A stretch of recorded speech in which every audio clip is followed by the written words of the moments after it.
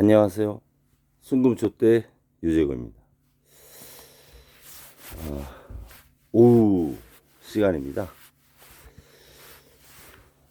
일요일 오후 시간인데 가게가 뜸해서 밖을 잠깐 나가봤더니 저희 가게 앞에 맛집이 있어요. TV에 한 세네 번 소개가 된 쫄면집인데 토요일 일요일이면 점심시간 한 두세 시간은 이렇게 줄을 서요. 한 10분, 한 20분 정도 이렇게 줄을 섭니다. 어려운 경기에 잘 되는 거죠. 저희도 그 박원숙의 함께 삽시다 방송에서 한 3, 4분 나갔는데 1시간 반 촬영해가지고 효과는 좀 미진한 것 같아요. 좀 더 열심히 제대로 좀 가게를 운영을 해야 되는데 걱정입니다. 저 맛집에 줄을 서 계신 분들을 보면서 언뜻 소비 관련돼서 조금 생각이 나서 이렇게 방송을 하게 됐는데요. 줄을 쓰면 처음에 이렇게 줄을 서는 사람은, 기다리는 사람은 멋쩍어서 쓰기가 좀 어렵거든요. 그런데 한 사람이 쓰면 두 번째 쓰는 사람은 부담 없이 이렇게 씁니다. 그래서 이렇게 줄이 늘어나죠. 저거를 펭귄 효과라고 이렇게 설명할 수 있을까요? 펭귄들이 날질 못하니까 바닷속에 뛰어들어야 먹이감을 찾는데, 처음에 뛰어들기 어려운 겁니다. 천적 때문에. 그래서 한 마리가 뛰어들면 같이 이제 다 따라서 뛰어들죠.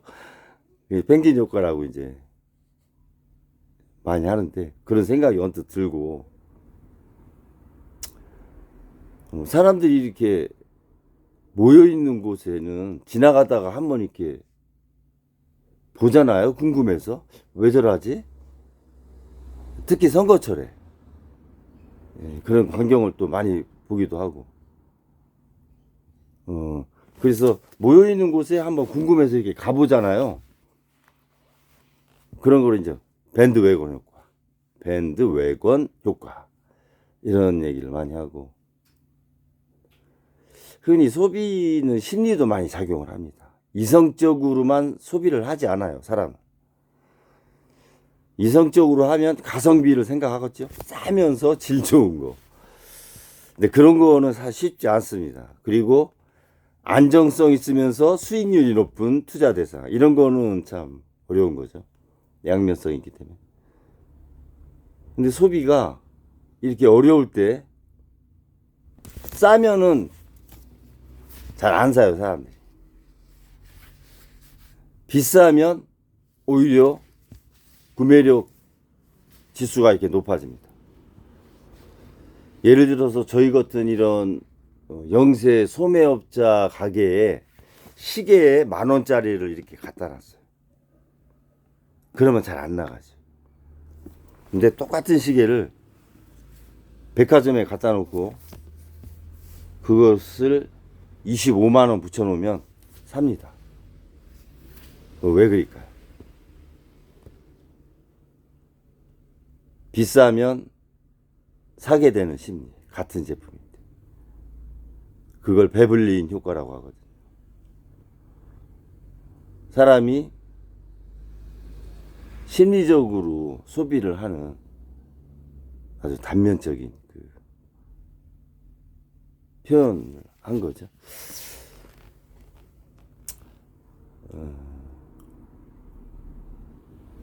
이렇게 어려울 때 특히 재래시장, 온누리 상품권도 해주시고 지역 화폐도 이렇게 정책적으로 해주시고 해서 도움이 되죠. 되는데 지금은 긴축 재정을 하다 보니까 지역화폐 이재명 대표가 건의한 그 더불어민주당에서 건의한 개인당 25만 원 민생지원금, 지역화폐로 그것도 현금화를 못하게 그 지역에서만 13조 정도 예상하시는데 긴축 재정 때문에 또 거부권을 행사하셨잖아요. 근데 또 필리핀 가셔가지고는 20억 달러 인프라 이렇게 말씀하시는 거 보면 2조 6천억이에요. 조금 의아하죠. 이해가 좀 안 가는 부분이 있어요, 사실. 국내 자영업자 시장을 보듬는 정책 자체가 나오질 않잖아요, 지금. 기획재정부에서. 추석 때 뭐 40조 풀었다고 하는데, 그거는 이제 농산물 위주, 물가 안정을 위한 기금으로 이렇게 봐야 되고, 자영업자에 대한, 또 자영업 시장에 대한, 내수 시장에 대한 정책이 전혀 없다. 여야가 국회에서 갑론을 박 하는 이런 상황이 연출이 돼야 되는데 전혀 없어요. 그런 것들은 문제다. 사실 내수 시장이라고 하는 것은 인구가 우리나라처럼 5천만이면 내수 시장으로 경제 성장을 하기 좀 어렵습니다. 보통 내수 시장으로 경제 성장하려면 인구가 1억 명 이상이 돼야 돼요. 미국, 일본도 1억 좀 넘죠. 베트남, 인도, 말레이시아, 중국이야 뭐 말할 것도 없고. 1억 명이 넘는 국가는 내수를 가지고 40%, 50%까지 경제 성장을 이렇게 할 수 있어요. 그런데 저희 나라 같은 경우는 5천만 인구를 가지고 경제 성장을 주도하는 건 어렵습니다. 그래서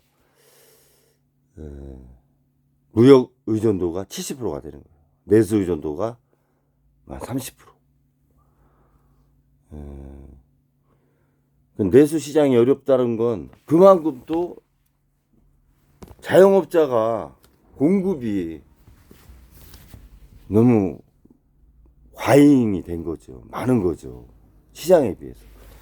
이게 25%까지 갔다가 이제 최근에 19.7% 떨어졌는데 미국, 일본에 비하면 아직도 10% 이상 많은 거예요. 자영업자가 제 생각에는 우리나라 같은 경우 한 10%에서 15% 사이면 적당하다고는 봐요. 그러면 아직도 7% 이상 줄어들어야 되는데, 그러면 570만 명 중에서 7%가 줄어들어야 돼요. 그럼 40만 명이 더 줄어들어야 되는데, 와, 40만 명이 줄어든다는 건 제가 어렵고 폐업을 해야 되는 상황이거든요. 근데 157만 명이라고 하는 사람이 매출액의 전부를 이자로 내는 상황이니까 25%는 지금 폐업을 당장 해야 되는 상황이거든요. 그러면은 14%가 되는 거죠. 그분들이 만약에 폐업을 지금 한다면 157만 명이 14%가 되는 거예요. 자영업자 비중이. 그럼 그 사람들은 어떻게 해야 되느냐. 그 사람들한테 딸린 가족, 3인 가족이 500만인데 그냥 아스팔트에 주저앉을 수는 없잖아요. 대책이 있어요. 그래서 제가 자영업자 대응 정책으로 한 3, 4일 전에 동영상에 올린 것 중에 한 가지가 내년부터 11년 동안 2차 베이비붐 세대가 64년생부터 매년 100만 명씩 퇴직을 해요. 그게 조기 퇴직이 아니라 정년 퇴직이 100만 명씩 나오는 겁니다. 그분들이 이제 60대 초반에 나와서 아무것도 안 하고 이렇게 있는다는 건 어렵잖아요. 그래서 이제 보통 50%가 자영업을 해요. 그럼 50만 명씩 이제 늘어나면서 또 줄어드는 거지. 그러니까 줄어드는 게 70만, 늘어나는 게 50만이면 20만 명씩 매년 줄어들 수는 있지만, 줄어든 사람이 과연 뭘 할 거냐. 취업을 할 수 있는 상황도 아니고, 그렇다고 국가에서 특별한 어떤 정책이 있는 것도 아니잖아요. 그래서 제가 제안한 게 시니어 산업, 60대와 70대의 시니어 실버 산업을 국가와 민간이 협의를 해서 협의체를 만들어서 산업화를 시켜야 되는 상황이다. 그 인력들을 시니어 산업과 실버 산업이 다 나눠야 자영업이 폐업한 사람들이 자연스럽게 이렇게 연계되는 겁니다. 실업 없이. 그래야 절대 빈곤에서 그 사람들이 탈출할 수 있죠. 이것도 굉장히 중요한 거거든요.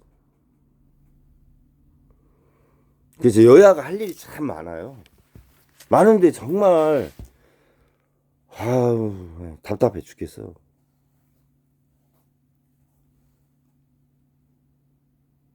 그리고 이제 또 한 가지 말씀드릴게.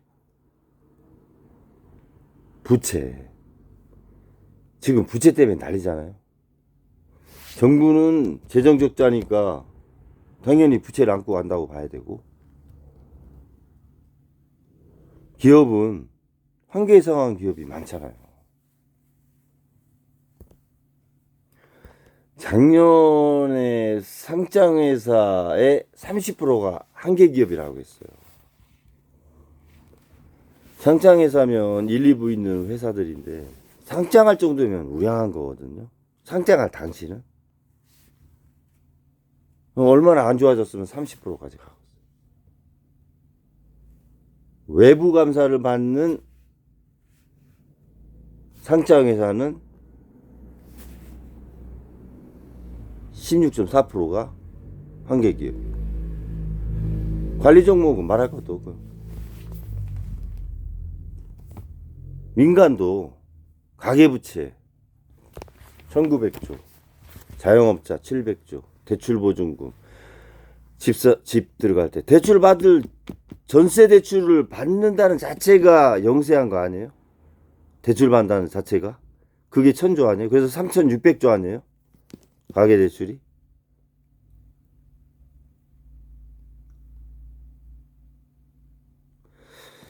전세보증금 대출은 뭐 묶여 있으니까 그렇다 치고 자영업자하고 가계대출이 문제인데, 폐업을 하면 그건 이제 악성부채가 돼서 그냥 시정불량자로 가는 겁니다. 은행권이나 정부가 보증 섰던 뭐 각 도의 신용재단 보증 기금 있죠. 거기서 앉는다든가 대손 처리한다든가 뭐 이렇게 이제 하겠죠. 그래서 가게가 무너지면 금융단도 문제가 되는 거예요. PF 대출이 문제되면 금융단이 문제되듯이 기업의 PF 대출이 문제되면. 근데 이 부채라는 게 이 자산, 내가 갖고 있는 잠재적인 어떤 유형의 가치, 그거를 자산이라고 하는 거예요. 자산은 부채와 자본으로 이렇게 나눠지죠. 자본은 내 돈, 부채는 타인 자본, 내가 이렇게 차입한 거.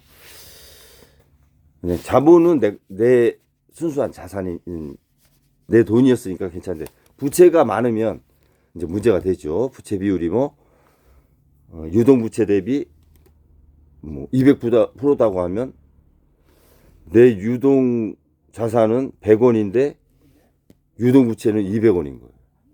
유동이라는 건 1년 이내에 갚아야 될 거, 이런 의미가 있는 거죠. 단기성.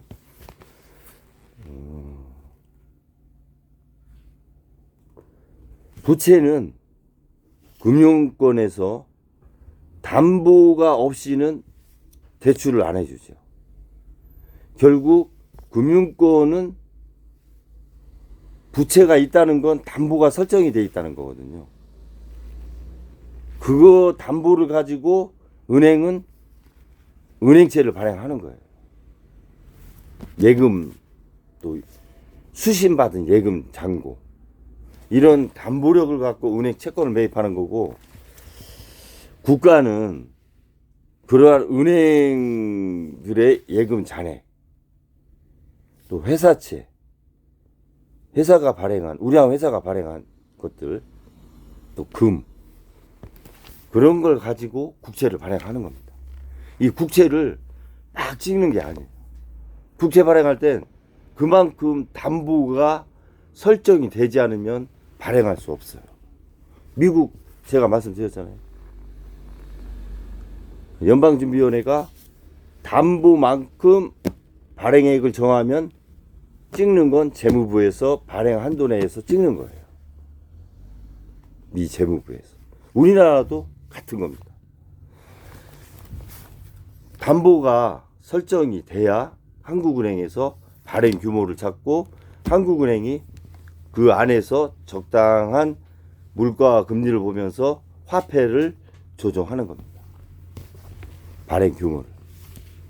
그러기 위해서는 부채라고 하는 것이 좋은 역할을 하죠. 국가 경제에. 근데 너무 많으면 문제가 되는 겁니다. 국가 경제를 유지하는 레버리지가 되는 거예요. 부채가. 건전한 부채. 국채를 발행할 수 있게 해주는. 은행채를 할 수 있게 해주고 회사채를 발행할 수 있게 해주는 하나의 지렛대, 레버리지 역할을 하는 거고, 가게도 예를 들어서 이런 물건이 있어요. 이 물건을 담보로 대출을 받을 수 있죠.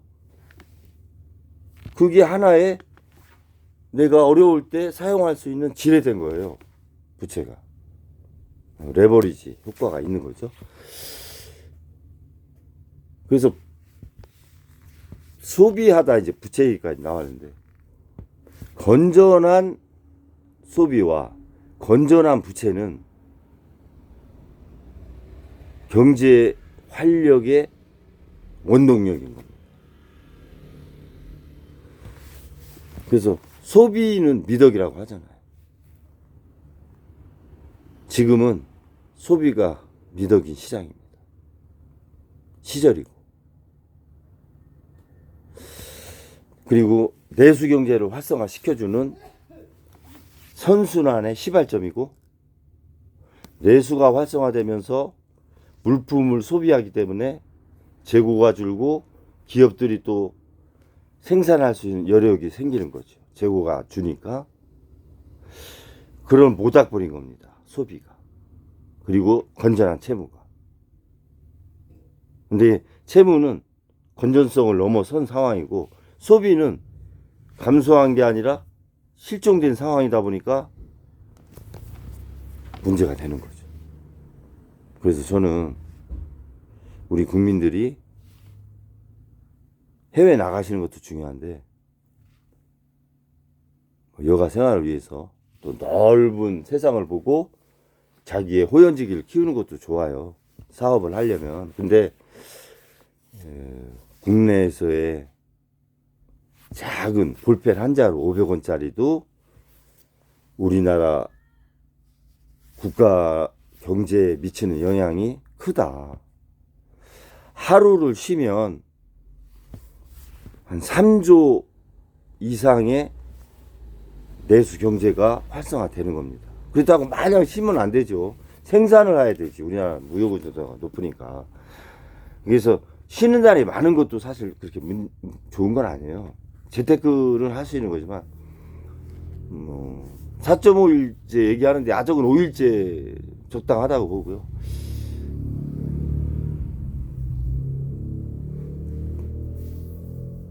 이 지역의 소멸도 예방할 수 있어요. 아주 낙후된 지방 이렇게 여행 가셔서 이렇게 물건 사주고 음식도 한번 드셔보시고 이렇게 하는 것이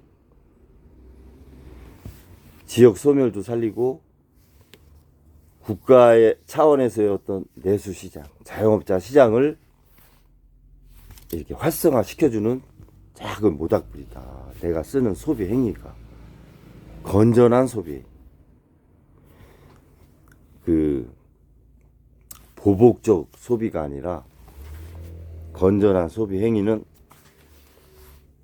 국가 경제의 원동력이다. 건전한 채무도. 밖에 나가서 앞집 좀 잘 되는 거 보고 저희 집 한번 비교해 보면서 소비와 부채가 경제에서 어떠한 포지션에 이렇게 차지하는가 그런 말씀을 드렸습니다. 적당한 채무는 원동력이에요. 채무 때문에 너무 막 힘들어 하시지 마시고, 부담 가는 채무는 좀 문제지만 적당한 채무가 하시는 분들은 이렇게 활력 있게 하시고 채무를 줄여 나가셔야 되죠. 너무 많으신 분들은 저 같은 경우.